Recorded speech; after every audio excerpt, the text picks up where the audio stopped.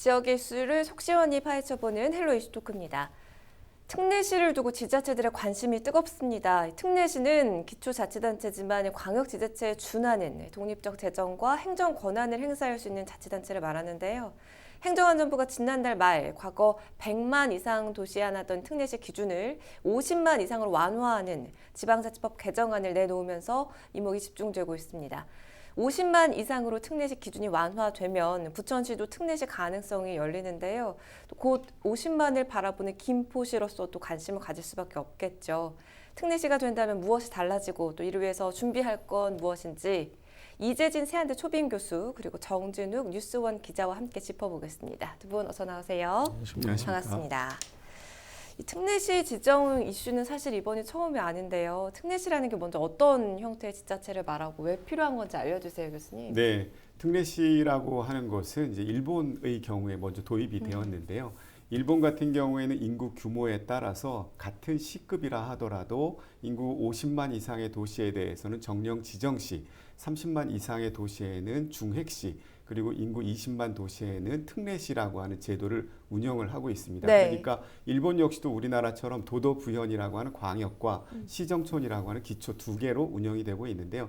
그 중에서도 시에 대해서 세 가지 운영 형태를 가지고 있는 것이죠. 이것은 결국 인구 규모에 따라서 행정에 대한 수요가 다양해질 수 있기 때문에 특히 대도시의 경우에는 그러한 인구 규모에 적합한 행정 서비스를 제공하는 것이 필요하다라고 하는 관점에서 우리나라 역시도 그 기초지방자치단체인 시로서의 법적 지위는 갖는다 하더라도 행정적, 재정적 수요가 인구 규모에 따라서 다양해지겠죠. 네. 이에 대해 적극적으로 대응할 수 있도록 특례시로서의 권한, 즉 행정적, 재정적 권한을 기초지방자치단체라고 하는 법적 지위를 유지한 가운데에 행정적, 재정적 권한을 광역자치단체에 준하는 권한으로 지원을 한다는 것인데요. 결국은 행정적, 재정적 권한이 기초지방자치단체에 부여됨으로 인해서 인구 규모에 적합한 어떤 행정 서비스가 이루어질 수 있다는 점에서 중요하고요. 네. 두 번째는 결국 지방의 차별화된 개발을 통해서 국가 경쟁력을 강화한다라고 하는 지방자치 본래의 목적에 또 순응한다는 측면에서 현재 필요하다라는 입장이 강하게 주장되고 있습니다. 그렇군요. 과거에는 100만 이상 도시에 한했던 이 특례시 기준을 50만 이상으로 완화하는 개정안을 내놨습니다. 특례시 지금 다시 이렇게 관심을 모으고 있는데 뭐 어떻게 되는 겁니까? 일단 정부가 20대 국회에서 자동 폐기된 지방자치법 전부 개정안을 21대 국회에서 다시 추진하게 됐습니다. 네. 이번에 논란이 됐던 특례시 인구 기준을 100만 명에서 50만 명으로 낮췄는데요. 거기 20대 국회에서 의견차가 가장 컸던 조항에 대해서 정부가 사실상 공식 입장을 표명한 것입니다. 그래서 정부는 그러니까 5월 29일이죠. 지방자치법 전부 개정 입법 예고했습니다. 입법 예고된 정부안을 보면 우선 특례시 관련 조항 195조가 수정이 됐습니다. 지난해 3월 제출된 정부안은 인구 100만 명 이상 대도시만 특례 대상으로 한정하고 있고 50만 명 이상 도시는 대통령령에 따라서 그 기준을 정하도록 했는데요. 새 법안은 인구 50만 명 이상 도시 행정 수요 균형 발전 등을 고려해서 특례시 지정이 가능하도록 대상을 좀 더 구체화했습니다. 그래서 인구 50만 이상 도시는 도내에서만 수원, 고양, 용인, 성남, 화성, 그리고 부천, 남양주, 안산, 안양, 평택 등 10곳인데요. 전국에서 총 16곳에 달하고 있습니다. 네. 100만에서 50만 인구로 특례시 기준이 정말 대폭 완화가 됐는데 이렇게 완화한 이유는 뭡니까? 일단 인구 50만 이상 이거 100만 이하 도시들이 요구한 특례시 완화 요건을 정말 좀 수용했다고 보면 됩니다. 그동안 경기 성남시와 충북 청주시, 전북 전주시, 경북 포항시 특례시 추가 지정을 요구했었거든요. 네. 근데 다만 이번에 수정된 정부안 역시 이들 도시에 대한 특례시 권한을 자동으로 부여하는 것은 아니고요. 대통령이 정한 기준과 절차에 따라 행정안전부 장관이 지정하는 50만 이상 대도시라고 규정해서 정부 재량이 특례시 지정을 좌우하도 이렇게 여지를 남겼습니다. 그래서 100만 도시로 한정한다고 해도 주장했던 도시들이 정부 의지를 표명한 것으로 익히고 있습니다. 그러니까 경기, 수원, 고양, 경남, 창원시 등은 주어진 행정 특례 범위가 줄어들 것을 우려해서 특례시 기준 완화를 좀 탐탁치 않아 했었거든요. 그래서 하지만 이제 정부가 이에 대한 명확한 의지가 일단 보였지 않습니까? 그래서 이런 시 앞에서 이제 신청했던 시들이 이제 반대하기 좀 곤란해졌고요. 하지만 또 인구 100만 명에 미치지 못한 지자체들에서는 어쨌든 또 하나는 길이 열렸고 또 행안부 관계자도 또 한 언론에서 어떻게 얘기했냐면은 지난 국회 때 지역에서 특례시 대상을 확대해달라는 민원이 좀 많았었다. 그래서 이번에는 처음부터 길을 넓히고 국회에서 의논을 해서 결정하려는 그런 초안을 마련한 것이다. 이렇게 대답을 했습니다. 그렇군요. 특례시로 바뀌면 구체적으로 어떤 것들이 달라지게 되나요? 우리나라 지방자치법 제2조에 따르면 지방자치의 종류에 대해서 저희는 두 가지로 규정을 하고 있습니다. 그러니까 특별시, 그리고 특별자치시, 광역시, 특별자치도 도 이렇게 5가지의 광역지방정부와 광역지방자치단체와 시군구라고 하는 기초지방자치단체로 규정이 되어 있습니다. 네. 현재 특례시라고 하는 것은 법적으로 명문화되어 있는 규정이 아님에도 불구하고 인구 50만이나 인구 100만 도시에 대해서 기능상 특례 제도를 운영을 하고 있기는 하거든요. 여러 가지 행정적 권한을 주고 있다는 것이죠. 네. 그렇지만 이번에 특례시 제도가 도입이 된다면 그렇다면 명문화, 지방자치법에 특례시라고 하는 것이 명문화가 된다라고 하는 점이 하나가 있게 될 것이고요. 네.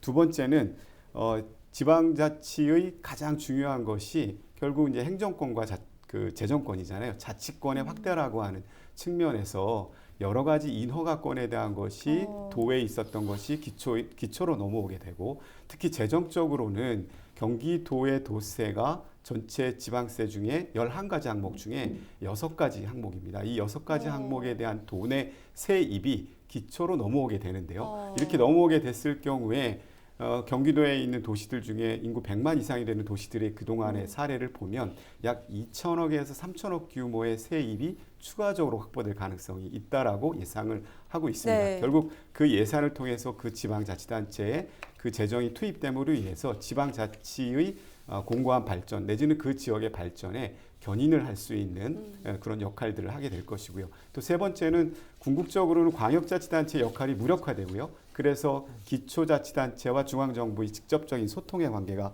만들어지게 될 수 있다라고 하는 점에서 특례시 제도가 된다면 이와 같은 제도들이 바뀌게 될 수 있다는 것이죠. 네, 이번에 이 기준이 완화되면서 경기도에서도 특례시에 속하는 기초지자체가 꽤 늘어나게 되는데 지자체마다도 입장이 다르다고요? 어쨌든 100만 도시가 됐던 그 대내 수원시나 이쪽 그러니까 대도시 그러니까 준비했던 도시들 같은 경우는 네. 어쨌든 그 50만 정도의 도시가 이제 들어오게 되면 좀 달라지지 않겠습니까? 기준이랑 이런 것들이 달라지니까 그런 부분에 대해서 상당히 우려를 하고 있는 것 같아요. 그래서 좀 탐탁지 않게 생각을 하는 거죠. 100만이 넘는 곳과 50이 넘는 곳은 맞습니다. 다르기 때문에 그런 차이가 있다는 말씀이세요? 맞습니다. 그리고 정부의 지금 현재 기준 자체도 지금 100만 쪽에 많이 맞춰져 있어요. 네. 그래서 이런 50만 도시는 어떻게 할 것이냐는 이제 논의가 또 앞에서 이루어져야 될 부분이고요. 그리고 이 돈에 대한 부분, 그러니까 아까 말씀 6가지 항목에 대한 부분에 대한 기준도 현재까지 마련되지 않은 상태거든요. 그래서 이런 부분에 대해서 어쨌든 100만에 지금 맞춰져 있다 보니까 이 부분에 다시 또 수정해야 되는 부분이 있다면 또 시간이 더 걸릴 수 있는 부분, 이런 부분들이 좀 많이 고려가 되는데 근데 수원 같은 경우는 예를 들어서 좀 그런 마음도 있어요. 그러니까 수원 같은 광역시 인원 수준이 되지만 울산 같은 경우는 인원 수가 수원보다 더 적거든요. 근데 지방세, 그러니까 예산을 비교하면 울산은 뭐 2018년도 기준에 5조 한 8천억 정도 되지만 수원은 2조 7천억밖에 되지 않아요. 그러니까 네. 인원수는 더 많지만 또 돈도 적게 들어오는 그런 부분이 있기 때문에 특례시가 들어오게 된 건데 이런 부분에 대한 좀 더 논의가 더 필요하지 않나 생각이 듭니다. 네, 전국적으로 지금 특례시가 가능한 지자체가 그래서 16곳. 이라고 아까 설명을 해주셨는데 특례시가 만약에 우후죽순으로 늘어날 경우 어떤 점을 좀 우려스럽게 봐야 할까요? 특례시가 전국적으로 늘어나는 것에 대한 우려라기보다는 특례시가 특정한 지역에 많이 편중돼서 운영이 될 수 있다라고 하는 점이 더 문제가 될 가능성이 있을 네. 것 같습니다. 지금 조금 전에 말씀하셨던 것처럼 전국적으로는 총 16곳, 그중에서 100만 이상 도시가 4곳, 그 4곳 중에 경기도가 3곳이에요. 그리고 추가로 50만 이상 도시가 총 12곳이 늘어나게 되는데요. 그 12곳 중에서도 경기도가 가장 많은 차지를 하고 있어요. 네. 7곳을 차지하고 있고요. 또 경기도가 추가로 인구 50만에 근접한 도시들이 김포라든지 그리고 시흥시라고 하는 도시들이 또 50만에 근접해 있는 상태입니다. 네. 그렇게 본다면 경기도는 인구 50만 이상이 넘어가는, 그래서 특례시의 기준에 부합하는 도시들이 전체 31개의 시군 중에서 약 3분의 1 수준에 이르게 되죠. 결국 경기도 입장에서는 경기도의 행정적 재정적 권한이 대폭 약화될 가능성이 있고요. 특히 아까도 말씀드렸던 것처럼 도세에 대한 기준이 아직 명확하지는 않지만 네. 만약에 도세를 전부 다 기초로 전환이 될 경우에는 경기도 입장에서는 재정적 세입의 확보가 큰 구멍이 발생할 가능성이 높게 되고요. 그에 따라서 재정적으로 다른 지역에 대한 여러 가지 사업을 펼쳐서 고르게 경기도를 발전시키겠다라고 하는 경기도의 역할이 굉장히 무력화될 가능성이 높다는 측면이 있죠. 참고로 일본 같은 경우에는 정령 지정시라고 하는 것이 20곳이 지금 현재 운영이 되고 있는데요. 우리나라처럼 수도권에 밀집되어 있는 것이 아니라 전국적으로 고르게 분포가 되어 있어요. 그런 점에서 좀 차이가 있고요. 그래서 결국 특별시, 특례시가 이루어짐으로 인해서 실제적인 문제가 가장 큰 것은 특정한 지역에 집중돼서 편중돼서 운영이 될 수 있다라고 하는 점이 또 지방에 있어서의 또 다른 갈등의 소지가 발생할 가능성이 있다라고 하는 측면에서 좀 눈여겨봐야 할 것 같습니다. 경기도에 집중되어 있다는 점이 조금 우려스러운데 지금 재정적인 측면에서 경기도가 달갑지 않아 한다는 점을 지적해 주셨어요. 또 다른 이유가 있을까요? 어쨌든 돈 문제이지 않겠습니까? 돈이 어쨌든 축소가 되니까요. 그래서 광역지자체 우려가 좀 큽니다. 그래서 예를 들어서 경남 경우 창원시와 김해시가 모두 특례시로 지정이 되면 도세가 확연히 줄어든 걸로 나타났어요. 또 경기도는 또 50만 명 이상 도시 숫자가 상당히 많거든요. 그래서 경기도에는 기존 3개시, 그러니까 수원, 고양, 용인만으로도 막대한 재정 감소가 되는 걸로 이제 분석이 됐고요. 그래서 특례시 신중론을 계속까지 얘기했었거든요. 그래서 지난 1월에 특례시 실현, 그러니까 취득세 2항을 가정해서 경기도 의회가 연구 용역을 했습니다. 그래서 경기도 취득세 21%, 약 1조 5천억 원 정도가 사라질 수 있다는 결과가 나온 바가 있거든요. 그래서 이재명 도지사는 연초 기자회견에서 지자체의 자율권을 확대한다는 측면에서는 특례시 문제에는 동의한다. 근데 그러지만 재정적으로 다른 지자체에 부담을 주면서까지 재정적 특례를 하겠다는 것은 옳지 않다고 언급한 적이 있습니다. 그렇군요. 부천시 인구가 82만이에요. 과거 100만 인구에 대한 기대가 있었는데 기준이 50만이면 부천시는 이미 충분히 가능한 거고 또 김포의 경우도 곧 50만이 될 텐데 부천시와 김포시 어떤 입장인가요? 일단은 김포와 부천의 입장이보다는 이 전국 대도시 시장 협의회라고 있습니다. 회장이 안양시인데요. 지금 개개인의 시의 목소리를 내기에는 상당히 좀 부담스러워하는 부분이 있어요. 왜냐하면 아직 결정이 되지 않은 부분이고 각 시에서 많이 치고 나온다면 만약 행안부나 경기도에 어떻게 보면 개심제에 걸릴 수도 있거든요. 그래서 이런 부분에 대해서 상당히 몸을 사리는 부분이라서 결국에는 전국 대도시 시장 협의회라는 걸 조직을 해서 같은 목소리를 내기로 결정을 한 것 같습니다. 그래서 어쨌든 수도권의 계속 경기도권 같은 경우는 전국 대도시 시장 협의를 만들어서 7월, 8월에 좀 안양에서 지금 용역을 발주했어요. 그래서 7월에서 8월 정도에 거기 협의회가 좀 결정이 될 예정이 있는데 거기서 이제 이 용역에 대한 결과가 나오고요. 그래서 특례 범위가 어디까지가 될 것인지 그 특례 범위가 어디까지가 범위가 나오니까 그 부분에서 의견을 모아서 정부에 의견을 내자 이렇게 현재 얘기가 나오고 있는 상태고요. 현재는 정부에서 6월 18일까지 입법 예고가 되면서 각 지자체 의견을 내라고 얘기를 한 것 같아요. 그래서 지금 우려하고 있는 것은 경기도권에서는 행안부가 이제 객관적으로 기준 없이, 그러니까 행정 수령과 국가 발전을 통해 고려해 결정한다고 하지만 이제 지자체 입장에서는 그런 거죠. 그러니까 행안부 객관적 기준 없이 자의적으로 해석하면 안 된다는 부분을 좀 명확하게 하고 싶고 또 국가 균형 발전의 명분을 내세워서 누군 하고 누군 또 안 하고 이럴 수도 없는 부분입니다. 그래서 이 부분을 상당히 우려해서 이런 협의를 통해서 공동 명의로 해서 요구를 할 것 같은데요. 아까 말한 것처럼 이 부분에 대해서 특례 범위가 좀 거론된 건 없어요. 그래서 이 부분에 대해서 현재는 이 지방세 이런 것보다는 되냐 안 되냐 그 문제가 상당히 먼저 중요하고 그것이 결정돼야 될 문제고, 그러니까 재정 자립도가 높은 예를 들어서 수원 같은 경우는 삼성전자가 있으니까 세 부분에서 어느 정도 해결이 되지만 이 부천이나 김포 같은 큰 공장이 없습니다. 그러니까 큰 기업체가 없기 때문에 이 부분에 상당히 우려스러운 부분이 있거든요. 그래서 이거에 대해서 상당히 민감한 부분이고 어쩌면 특례시라는 함정에 빠질 수도 있다는 부분도 있어요. 그래서 이런 것들이 결정이 되지 않은 상황에서 일단 지자체에서는 일단 한 목소리를 내고 거기에 대한 결정부터 먼저 받자 그런 입장인 것 같습니다. 근데 시장으로서는 재정적인 또 행정적인 권한이 늘어난다고 한다면 욕심이 날 수밖에 없을 것 같아요. 그렇습니다. 특히 이제 행정적 권한 또 재정적 권한이 당장에 늘게 되면 시장의 입장에서는 당연히 받을 수밖에 저는 없다고 생각을 합니다. 그렇지만 부천시의 경우에는 일단 토지 자원이 부족한 상태이고요. 그리고 탈기업화 현상이 지금 심각하게 이루어지고 있고요. 그리고 주거 집중도가 높기 때문에 장기적으로 보면 과연 현재의 현재의 도시가 지속 가능할까, 세입이 지속적으로 확보가 가능할까에 대한 문제가 분명히 드러나게 될 것이라고 저는 생각합니다. 그런 차원에서 부천시 입장에서는 과연 앞으로도 이러한 도시를 운영하는데 그러한 수요, 행정적 수요를 감당할 수 있는 재정적 수요가 가능할 것인가 안 할 것인가에 대한 명확한 진단을 하고요. 그 진단을 주민들에게 또 설명하는 시간도 가져서 부천시가 앞으로 이렇게 가는 것이 주민들이 여러 가지 편의와 또 부천시의 위상 관계 측면에서 필요하다라고 하는 당위성과 동의를 좀 이루어냈으면 좋겠다라는 생각을 갖습니다. 부천의 경우는 근데 개발 사업이 굉장히 많잖아요. 그렇습니다. 그러니까 만약에 특례시로 지정이 되면 뭐 영향을 받기도 할까요? 실제로 영향을 받을 수 있습니다. 특히 경기도에서 권한을 가지고 있는 네. 51층 이상의 도시 그리고 20만 제곱미터 이상의 도시, 20만 제곱미터 이상의 건축물에 대해서는 네. 경기도지사의 승인 사항이거든요. 그러한 부분들에 대해서는 이제 부천시가 직접 권한을 가질 수 있게 되고요. 또 향후에 도시 재개발과 관련돼서 도척법에 따른 도시 재개발 촉진지구 지정이라든지 또 계획의 결정이라든지 이런 것들도 지금 현재는 경기도지사가 승인을 해줘야 되는데 이 또한 부천시가 그 권한을 가져갈 수가 있어요.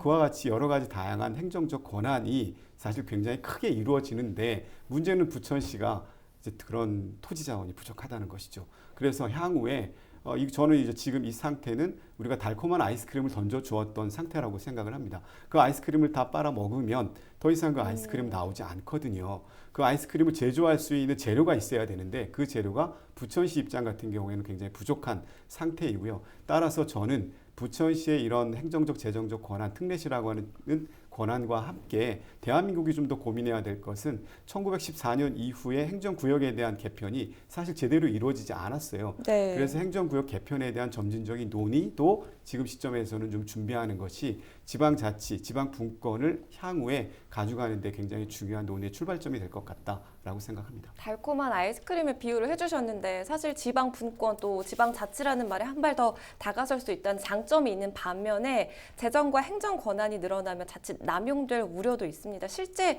일본의 경우는 파산한 지자체도 있잖아요. 있습니다. 그 일본뿐만이 아니라 전 세계적으로 다양한 지방 도시들이 도시 파산이라고 하는 것을 경험을 했는데요. 네. 실제로 우리나라는 도시 파산이라고 하는 법적 용어가 없습니다.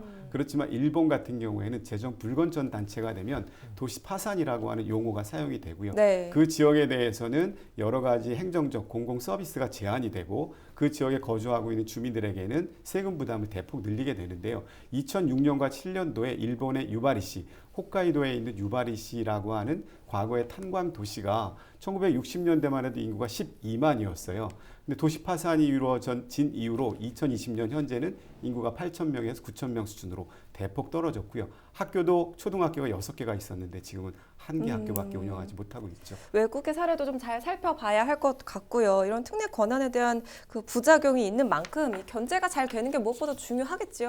어쨌든 견제가 되는 것도 중요하지만 아까 교수님께 말씀하신 대로 그 부천이 그러니까 그런 50만 그러니까 그 100만이 안 되는 도시가 그 버틸 수 있냐는 문제예요. 결국에는 이래서 현재는 만약에 그래서 이런 도시 같은 경우는 과연 우리가 됐을 때 도비가 얼마 나오고 국비가 얼마 나오고 이런 것들을 지금 돌리고 있는 것 같아요. 그러니까 자체로 검토를 하고 있는 것 같아서 이 부분에서 과연 어떤 몫을 낼 것인지 상당히 좀 지켜봐야 될 문제이고요. 그래서 이런 예를 들어서 부천시 같은 경우는 그런 것들을 사업권은 따내지만 돈이 없으면 사업을 시행할 수 없지 않습니까? 이 부분에 상당히 고민이 많을 것으로 보입니다. 사실 이 지방자치법은 20대 국회에서도 발의가 됐으나 통과되지 못했는데 이번에는 어떨까요? 지난 20대 국회에서 일부 논란이 있었던 사항들 중에서 인구 50만 이상 도시에 대한 특례시 지정에 대한 것이 일단 통과가 돼서 입법 예고가 되었기 때문에 그 부분에 대한 논란은 잠재가 될 것 같습니다. 그렇지만 해당되는 특례시가 넓어짐에 따라서 첫째는 경기도의 문제, 두 번째는 지방에 있는 다른 중소도시들의 문제가 같이 또다시 갈등의 쟁점화가 될 가능성이 있어서 이에 대한 조정 여부를 좀 지켜봐야 할 것 같습니다. 통과돼도 논의될 게 굉장히 많겠죠? 맞습니다. 아주 많을 것 같아요. 아직 기준이 정해지지 않았으니까요. 네. 그 부분에서 좀 많은 논의가 좀 이루어져야 봅니다. 특례시 기준이 인구 100만에서 50만으로 완화되면서 부천시도의 특례시 가능성이 열렸는데요. 특례시가 된다면 어떤 점들이 달라질지 또 우리가 준비할 건 무엇인지 오늘 이 시간 짚어봤습니다. 헬로 이슈 토크 오늘 마치겠습니다. 시청해주신 여러분 고맙습니다.